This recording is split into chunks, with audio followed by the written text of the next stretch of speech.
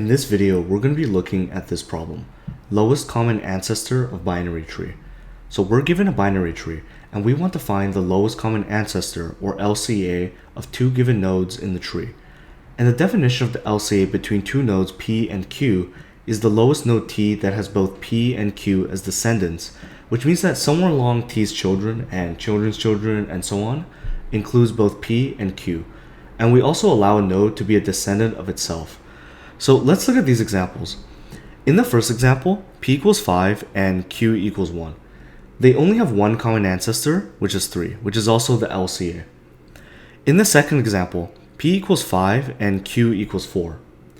Well, here 3 and 5 are common ancestors. So remember that a node can be a descendant of itself, but 5 is the lower of the common ancestors, since it's in a lower level. So it's the LCA.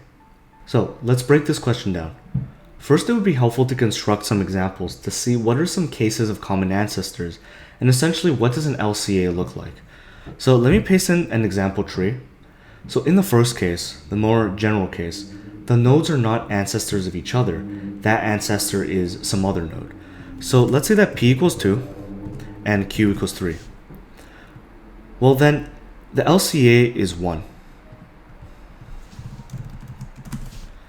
And let's say that P equals 4 and Q equals 3.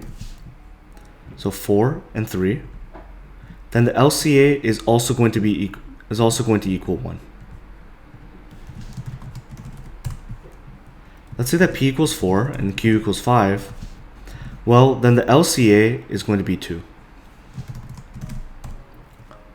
So what we can conclude from this is that what makes a node T a common ancestor is that if we traverse down its left descendants, we will find P or Q. And if we traverse down its right descendants, we will also find P or Q.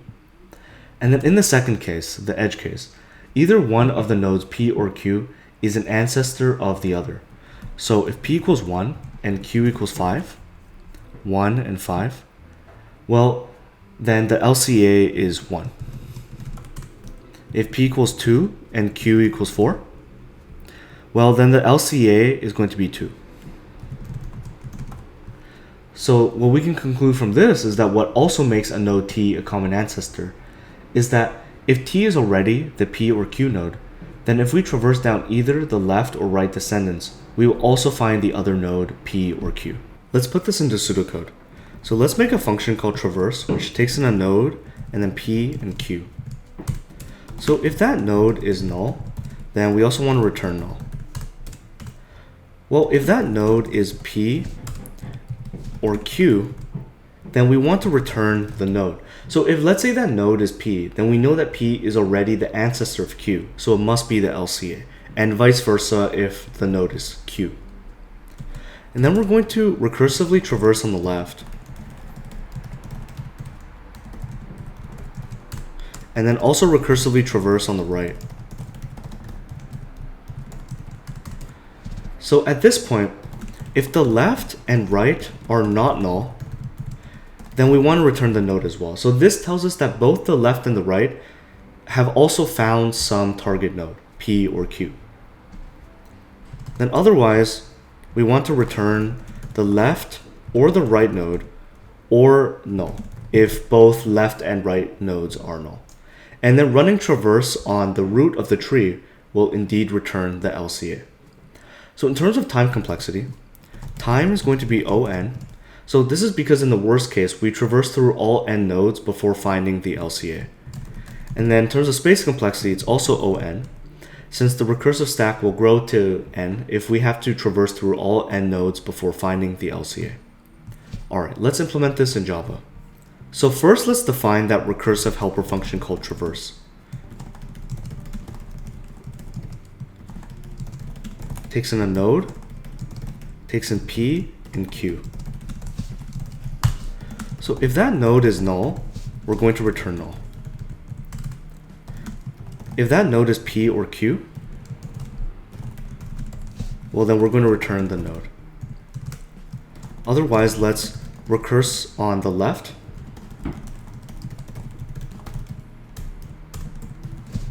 And then let's also recurse on the right.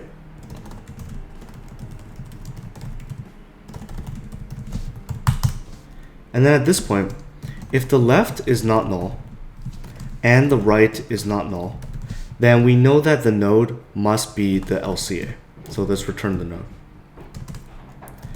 If the left is null and the right is null, then we know that this node is not significant. So then we're going to return null here.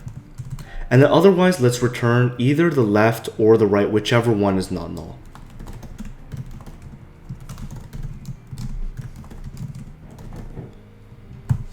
And then lastly, we're going to run traverse on the root of the tree. All right, let's run this.